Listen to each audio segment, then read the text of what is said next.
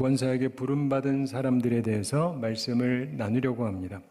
하나님의 일에 부름받은 사람들, 우리의 삶에서 하나님의 부름받는다는 것 매우 중요한 것입니다. 하나님의 부르심을 따라서 나의 삶의 목표를 정하고 하나님의 귀한 섭리를 따라서 산다는 것은 매우 귀중한 일입니다. 오늘은 노아에 대해서 보도록 하겠습니다. 세 가지를 보는데, 첫째, 노아는 어떤 사람이기에 하나님께 부름을 받았는가를 살펴보고, 두 번째로 그에게 주어진 사명은 무엇인가를 살펴보겠고요. 세 번째로 노아에게 주어진 사명을 어떻게 감당했는가를 보려고 합니다. 자, 우선 노아는 어떤 사람이기에 하나님의 부르심을 받았는가, 이 점을 살펴보겠습니다. 그가 어떤 사람이었는가 하는 점은 본문 9절에 내용이 잘 나오고 있습니다. 9절 함께 읽어보겠습니다. 이것이 노아의 족본이라. 노아는 의인이요 당대의 완전한 자라. 그는 하나님과 동행하였으며. 아멘. 여기서 노아의 특성이 세 가지로 설명이 되고 있습니다. 그 당시 사람들과 달랐던 세 가지 특성인데, 첫째가 뭐냐면 의인이었다, 이렇게 말씀합니다. 의인이라고 하는 말은 히브리 원어로 차딕이라고 하는 말인데, 이 단어는 차닥이라고 하는 단어에서 파생된 것입니다.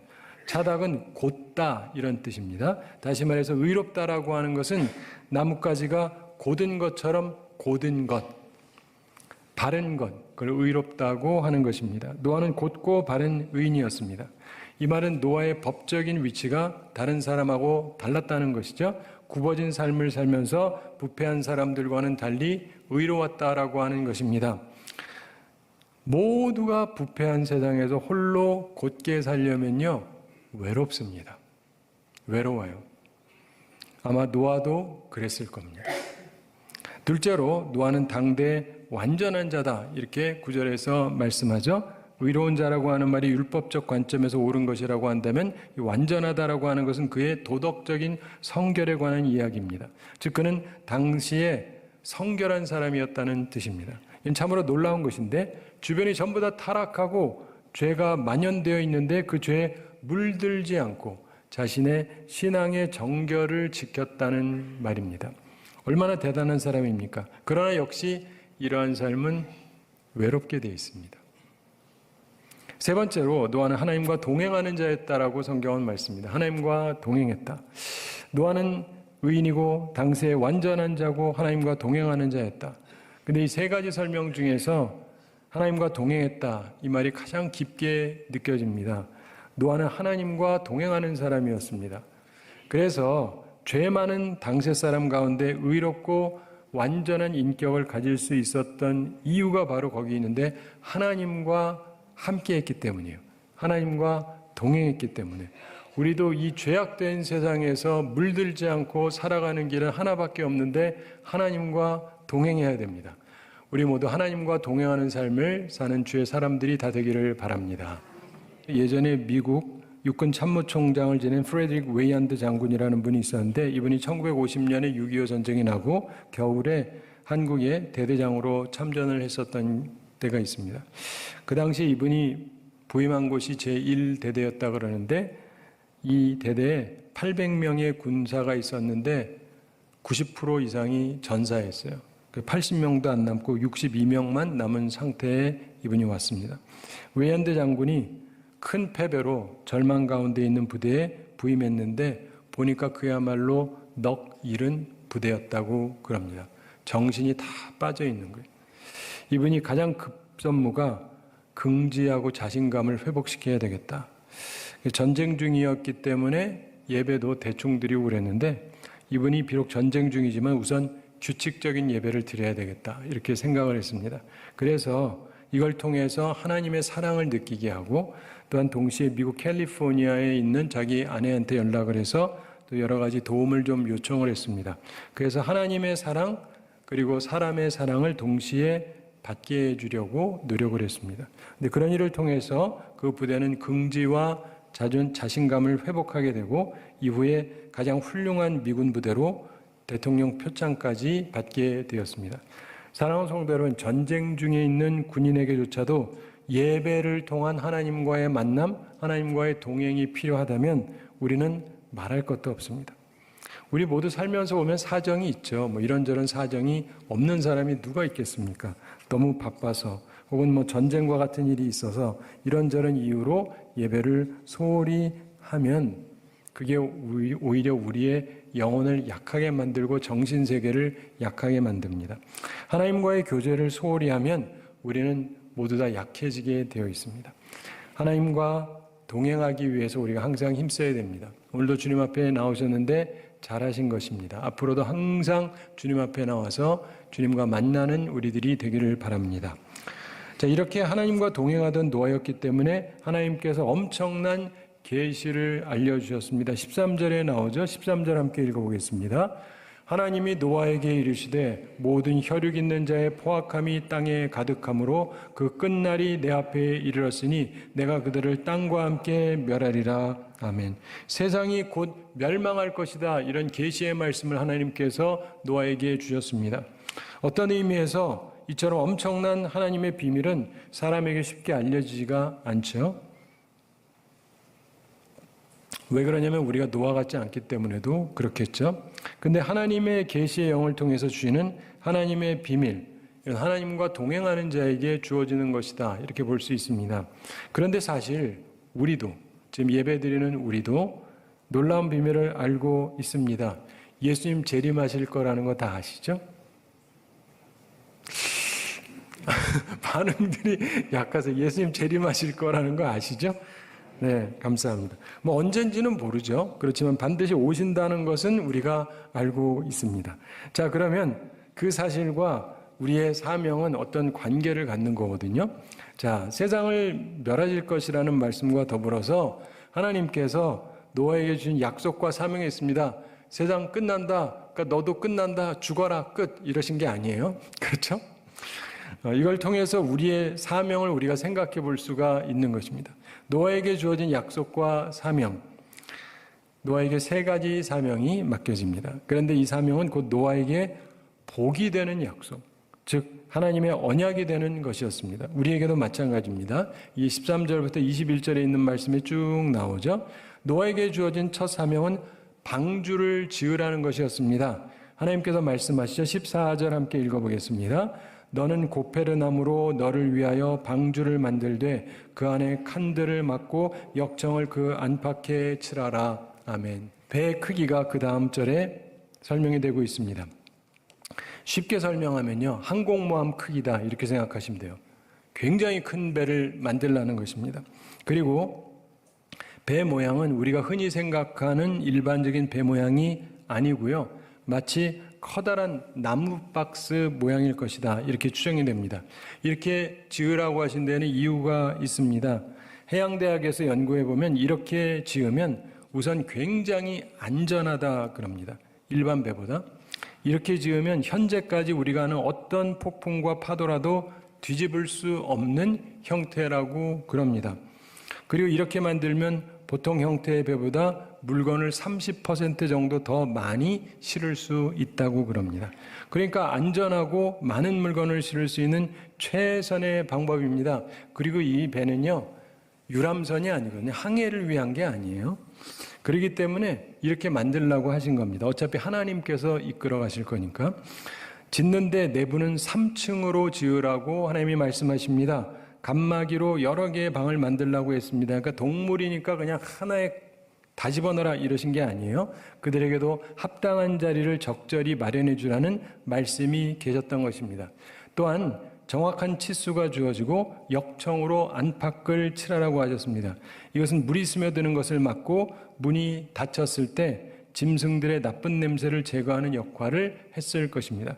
또한 창문을 내서 햇볕이 들어오도록, 그래서 세상이 폐허가 되는 것을 볼 수 있도록 하셨습니다. 또한 출입할 문을 만들라고 하셨습니다. 우리도 이제 방주를 지어야 한다는 것입니다. 이 세상의 것에 시간과 물질을 투자할 것이 아니라 구원의 영원한 나라를 위해서 시간과 물질과 노력을 투자해야 하는 것입니다. 노아에게 주어진 두 번째 사명은 모든 생물의 구원자가 되라고 하는 사명이었습니다. 19절과 20절에서 말씀된 대로 모든 생물을 한 쌍씩 방주로 들여서 그 생명을 보존케 하라. 이게 명령이었습니다. 물론 그 숫자는 7장 2절에서 정결한 짐승 7쌍, 부정한 짐승 2쌍으로 약간의 차이가 보입니다만은 어쨌든 모든 생물의 구원자가 되라고 하는 사명이 주어진 것입니다. 그리고 노아에게 주어진 세 번째 사명은 충분한 식물을 저축하라는 거예요. 너 먹고 살 거 충분히 준비해라 이거예요. 하나님이 알아서 다 주실 테니까. 그거 아니고 네가 준비해라 이거예요. 네가 준비해라. 21절 함께 읽어보겠습니다. 너는 먹을 모든 양식을 내게로 가져다가 저축하라. 이것이 너와 그들의 먹을 것이 되리라. 아멘. 여러분 저축하셔야 돼요. 네. 이들이 방주 속에서 1년간 있었던 걸 생각해 볼 때 얼마나 많은 양의 식물이 필요했겠는가를 나름대로 상상할 수 있습니다. 여러분 연금을 누가 먼저 시작했는지 아세요? 기독교계에서 시작을 한 거예요. 다른 데서 시작한 게 아닙니다. 젊어서 힘이 있을 때 노년을 위해서 준비하는 거, 이거 다 기독교에서 시작한 거예요. 근데 우리들의 삶에 있어서 준비할 거 준비하고 해야 되는 것입니다. 근데 이런 사명에 대해서 노아가 어떻게 합니까? 22절에 보면은 노아가 그와 같이 하되 이렇게 말씀하죠. 하나님께서 명령하신 대로 그대로 준행합니다. 22절에 하나님께서 자기에게 명하신 대로 다 준행했다고 되어 있습니다. 사실 하나님 말씀대로 그 명령을 순종하는 게 꼭 쉽지만은 않습니다. 미국의 백화점 왕으로 불리던 존 와나메이커라고 하는 분이 계셨습니다. 이분 때문에 지금 백화점이 다 생긴 거거든요. 이분이 어려서부터 참 믿음이 돈독한 분이었습니다. 그리고 사업이 크게 성공해서 미국 내에서 가장 뛰어난 경영인 중에 하나로 인정받게 됐습니다. 그래서 대통령으로부터 경제장관직을 맡아달라 이런 요청을 받았습니다. 미국 참 재미있죠? 당신이 경제 잘하는 사람이니까 경제장관을 맡아줘. 이해가 되세요? 교수가 아니라 실제로 잘하는 사람이 맡아달라. 그러면 솔직히 도움이 되거든요. 근데 이분은 교회에서 교회학교 교사였습니다. 대통령에게 조건을 내걸었습니다. 그거는 주일날 저희 교회 가서 예배드리고 저희 교회 학생들 계속 가르칠 수 있을 경우에만 장관직을 맡겠다. 이렇게 말했습니다. 여러분 세상에서 주는 아주 조그만 명예의 자리를 위해서도 주일 예배하고 교회 버리는 사람이 얼마나 많습니까?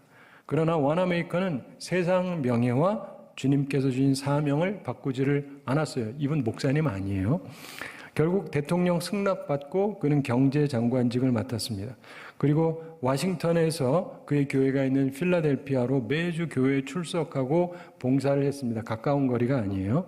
이런 사람이 있었기 때문에 이후에 지미 카터 대통령 같은 사람도 나왔죠. 그 대통령이 되더라도 자기 교회 가서 교회학교를 위한 봉사 계속했던 얘기 들으셨죠? 예. 그런 사람까지 나왔잖아요. 우리나라에도 이런 사람들이 좀 나오게 되기를 소망합니다. 이처럼 세상 권력보다 구원사에게 사명감이 투철할 필요가 있습니다. 그런데 이렇게 부름을 따라서 그 명령을 준행하던 데에는 노아의 세 가지 중요한 덕성이 있다고 볼 수가 있습니다. 22절을 근거로 생각해 볼 수 있는 것인데 마지막 절 22절 함께 읽어보겠습니다. 노아가 그와 같이 하여 하나님이 자기에게 명하신 대로 다 준행하였더라. 아멘. 노아가 가지고 있었던 중요한 덕성 첫째가 뭐냐면 믿음입니다. 믿음. 하나님의 말씀을 노아가 액면 그대로 받아들였습니다. 하나님의 말씀은 노아가 본 적도 들은 적도 없는데 엄청난 방주를 짓고 동물을 모으고 그 음식까지 비축하라는 그러한 명령이었습니다. 아마도 노아는 경제적으로 부자였을까요? 보통이었을까요? 가난했을까요? 부자였을 수밖에 없습니다. 여러분 한번 지어보세요. 그냥 배도 아니고 항공모함만한 배를 지으려면 그게 돈 없는 사람이 어떻게 가능하겠어요? 그럼 또 이렇게 생각하는 분이 있어요. 돈이 있으니까 하지. 그거 아니에요. 돈 있다고 하는 줄 아세요? 돈이 없으면 당연히 못하겠지만 그러나 아무리 부자라고 해도 이런 엄청난 걸 만들기 위해서 수많은 노력과 엄청난 비용과 시간이 들어가는데 그런 거 안 합니다. 왜냐하면 이거 지으면 써먹을 데가 없어요. 별장도 아니고 배도 아니고 아무것도 아니에요. 이건 방주긴 하지만 그래서 써먹을 게 전혀 없는 거예요. 하나님이 말씀하신 그 한 가지 이유 외에는 써먹을 데가 없어요.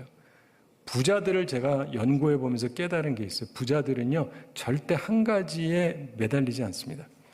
여러 방면으로 생각을 해요. 근데 노아는 이런 거 신경 안 썼어요. 왜요? 믿으니까. 뭘요? 하나님 말씀을 믿으니까. 여러분, 구약 성경에 부자들의 특징이 있어요. 구약을 보면 하나님을 잘 믿으면 부자가 된다고 해석하는 분들이 있는데 그게 아니고요. 구약을 보면 진정한 하나님의 사람들은 부자가 되고도 변질이 되지 않는다가 답이에요. 부자가 부자 되고 하나님께 예배 드리고 그러지 않습니다. 성경을 보면 더 열심히 예배 드려요. 그러니까 구약의 인물들을 보면서 여러분이 그걸 배우셔야 돼요. 하나님을 참으로 믿는 사람들은 부자가 돼도 변질되지 않는다예요. 네. 자, 두 번째로 그에게 중요한 덕성은 순종입니다. 순종.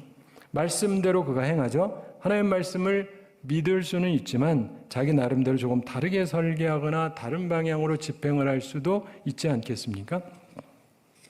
사실 이 세상을 살면서 보면 철저하게 순종하는 사람들이 별로 없습니다. 명령된 대로 그대로 집행이 잘 되지가 않습니다. 그러나 노아는 달랐습니다. 그는 순종의 사람이었습니다. 하나님이 명령하신 것은 그대로 다 준행했습니다. 하나님의 명령을 준행하는 가운데 사람들의 조롱을 받았을 수도 있어요. 저 사람이 약간 이상해졌네. 저 쓸모없는 거를 왜 만들고 있나? 라고 사람들이 생각했을 수 있어요. 그러나 그는 참을성 있게 인내하면서 순종했습니다. 세 번째로 중요한 덕성은 지혜입니다. 하나님을 경외함이 지혜의 근본이죠. 노아는 하나님을 경외했기 때문에 하나님의 두려운 심판 계획을 이해할 만큼 지혜로운 사람이었습니다. 홍수를 두려워해서 닥치는 심판을 위한 준비를 했다. 이게 그의 지혜였습니다. 우리는 평남로입니다. 평양에서 내려온 사람들로 세워진 교회. 저희 부모님도 이북분이셨는데 옛날에 내려왔으니까 제가 여기서 설교하고 있죠. 아니면 제가 지금 북한에 있겠죠?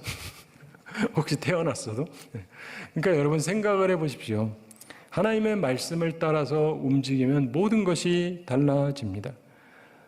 때를 맞추는 게 중요해요. 특별히 저는 많은 실향민들에게 들었던 게 내려오긴 내려왔는데 급하게 내려와서 힘들게 살았다는 분들을 대부분 들었는데 제가 오래 살다 보니까 뭐 늙으니까지는 아니어도 저도 살다 보니까 듣는 얘기들이 있는데 최근에 어떤 분을 만났는데 자기네는요 굉장히 일찍 내려왔대요. 정리하고 내려와서 평생 돈 걱정 안 하고 사셨대요. 이분이 90대예요. 이해가 되세요? 때를 알고 빨리 움직이는 사람들은 고생도 거의 안 했다는 걸 처음으로 알았어요. 근데 이 사람은 때가 뭔지를 알고 있었어요. 그리고 더 이상 땅 위에 다른 것에 힘쓰지 않았습니다. 그동안이야 돈도 벌었겠죠. 그 땅에도 뭐 집도 지었겠죠. 그런데 이제는 그게 중요한 게 아니에요. 이제 열심히 호화 대주택을 지으면 뭘 하겠습니까? 홍수나면 다 없어지는데요. 결국 중요한 것은 지혜가 자신의 때를 분별하게 했다는 것인데 하나님을 두려워할 줄 아는, 하나님을 경외하는 지혜가 우리한테 꼭 필요한 것입니다. 이걸 다 갖는 우리들이 되기를 바랍니다. 자, 그런데 이러한 모든 일은 결국 당시 태평한 세상에 대한 경고의 모습이었습니다. 노아가 도끼로 나무를 찢고 망치로 못을 치면서 방주를 만들 때 이 모든 소리는 회개를 위한 촉구요, 회개를 위한 부름이었습니다. 그들도 역시 방주를 준비해야 된다는 하나의 경고의 소리요, 경고의 나팔이었습니다. 사람들이 물었겠죠. 왜 만드느냐? 얘기했겠죠. 그러니까 당신들도 준비해야 된다겠죠. 근데 그들은 준비를 안 했던 것입니다. 언젠가 말씀드렸듯이 그 당시에 이미 성이 있었습니다. 여러분, 홍수가 나면 어디로 가야 돼요? 배로 가야 돼요? 높은 데로 가야 돼요? 그렇죠. 높은 데로 가셔야지. 홍수가 나면 바다 가서 배 타는 분 계세요? 아무도 안 타잖아요. 지금도 그건 상식이 아니에요. 그렇기 때문에 그 당시 사람들은요, 배 만들 생각을 안 했던 거예요. 그러나 하나님의 말씀은 들어야 되거든요. 우린 특별히 노아의 방주랑 관련해서 하나님의 선택에 대해서 생각해야 될 게 하나 있습니다. 이 방주는 택함 받은 자 노아를 위한 것이었고, 그래서 그와 그의 아내, 그리고 그의 세 아들, 그리고 세 자부, 이렇게 8명이 구원을 받게 됩니다. 우리도 하나님 앞에서 택함 받은 자임을 감사해야 합니다. 근데 특별히 노아의 방주에 들어간 동물들을 한번 생각해 보십시오. 거기에는요, 소도 들어가고 돼지도 들어갑니다. 소는 정결한 짐승, 돼지는 부정한 짐승이에요. 그런데 이들이 다 구원을 받습니다. 정결한 동물이라고 해서 모두 다 구원받은 게 아니고, 부정한 동물이라고 무조건 다 죽임을 당한 게 아니었습니다. 중요한 것은 방주에 들어갔느냐 안 들어갔느냐, 그렇죠? 택함을 받았느냐 그렇지 못하느냐, 여기에 달려 있었던 것입니다. 정함 부정함의 문제가 아니에요. 마찬가지로 하나님의 구원의 방주에 들어가는 데에는 착한 사람도 있고 악한 사람도 있어요. 여기에도 착한 사람도 있고 악한 사람도 있겠죠. 그런데 그 안에는 결국 택함 받은 자만이 들어가게 되는 것입니다. 택함 받았다는 증거는 바로 그리스도 예수에 대한 우리의 믿음이 그 증거지 않습니까? 오늘 우리에게 예수 그리스도를 나의 주, 나의 그리스도라고 고백할 수 있는, 나의 주님이라고 하는 고백하는 그 믿음을 통해서 우리가 택함을 인치시는 성령의 은혜를 인해서 하나님께 감사를 드려야 합니다. 우리는 이 시대에 역시 노아와 같은 사명으로 부름을 받았다는 것을 기억을 해야 됩니다. 이 시대 어두운 시대지 않습니까? 문제가 많은 시대라는 거 우리 다 알지 않습니까? 사랑하는 성도 여러분, 나는 내 시간과 물질을 무엇에 집어넣고 있습니까? 물론 이 땅에서도 살아야 되죠. 그런데 우리가 과연 천국을 바라본다라고 한다면 이 세상 것들을 마련하는데 정력을 쏟고 여기에서 천년 만년 살 것처럼 하면 사람들이 우리의 모습을 보고 무슨 자극을 받겠습니까? 노아가 도끼로 나무를 찢고 망치로 못을 치면서 집을 만드는 것이 아니라 방주를 만들었잖아요. 이것을 보는 사람에게 그들도 역시 방주를 준비해야 된다는 하나의 경고의 소리, 경고의 나팔이었던 것처럼 우리도 영원한 나라를 준비하는 모습으로 우리 주변 사람들에게 증거하는 삶을 살아야 하는 것입니다.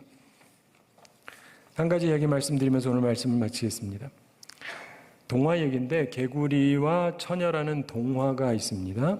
부모 없이 남의 밑에서 살던 어떤 마음이 착한 어떤 처녀 아가씨가 있었는데 개구리 한 마리가 있어서 항상 잘 돌봐줬어요. 부엌 부뚜막에서 개구리한테 항상 밥을 줬습니다. 이 처녀의 사랑을 받으면서 이 개구리가 무럭무럭 자라고 점점 크게 자라서 상당히 큰 개구리가 되었습니다. 동화니까. 그런데 그 동네에 커다란 구렁이가 있는데 행패를 부립니다. 그래서 사람들이 그 구렁이를 잠잠케 하기 위해서 매달 먹을 것을 주었답니다. 그리고 매년 한 번씩 처녀 한 명을 그 구렁이에게 바쳤어요. 근데 이 처녀 친구가 구렁이에게 그 해에 바쳐지게 됐습니다. 근데 그 친구는 늙은 아버지를 모시고 계셨는데 그래서 아버지를 생각하면서 슬피 웁니다. 그 모습을 옆에서 보니 마음 착한 아가씨가 자신은 부모님도 없고 혼자니까 그 친구 대신에 자기가 동굴로 갔습니다. 참 착한 아가씨였죠. 근데 동굴로 갔더니 푸른 기운, 붉은 기운이 막 도는 거예요. 동화입니다. 무슨 일인지 보니까 자기가 키운 그 커다란 개구리가 그 구렁이랑 막 싸우고 있는 거예요. 동화입니다. 개구리가 죽을 힘을 다해서 처녀를 돕기 위해서 구렁이와 싸웠습니다. 그리고 결국 큰 개구리와 구렁이가 함께 죽었습니다. 그래서 개구리가 그 착한 처녀를 구했다, 이런 이야기입니다. 근데 이걸 통해서 우리한테 교훈해 주려고 하는 바가 있잖아요. 한갓 미물도 사랑받았으면 보답할 줄 안다. 그런 이야기인데 그렇다면 우리는 어떤가 생각해 볼 필요가 있습니다. 하나님께서 우리를 사랑하시고 죄인인 우리를 위해서 하나님의 독생자 예수 그리스도까지 희생하셨습니다. 이제 우리에게 맡겨진 사명 앞에 우리는 무엇을 하고 있는가 생각해 볼 필요가 있습니다. 적어도 개구리보다는 하나님의 은혜를 깊이 아는 사람들이 되어야 하지 않겠습니까? 우리가 하나님과 동행하는 사람들이 되기를 바랍니다. 노아가 부름받을 때의 나이를 기억하시기 바랍니다. 나이 엄청 많았습니다. 지금도 늦은 게 아닙니다. 방주는 예수님을 상징하기도 하고 교회를 상징하기도 합니다. 오늘날 구원을 이루는 방주인 예수 그리스도의 몸된 교회가 하나님의 명령대로 더 크고 온전하게 만들어져 가도록 우리가 힘쓰고 있는가 한번 돌이켜볼 필요가 있습니다. 수많은 생명을 구원하고 보존하기 위해서 견고하게 만들어야 하는 방주처럼 우리 지역의 잃은 영혼들을 구원하기 위해서 하나님의 뜻과 하나님의 설계대로 방주를 만들어가게 되기를 바랍니다. 그래서 이 시대에 의롭고 온전하며 하나님과 동행하는 사람들로 구성된 아름다운 교회를 만들어가는 우리 모두가 되기를 우리 주님의 이름으로 축원합니다.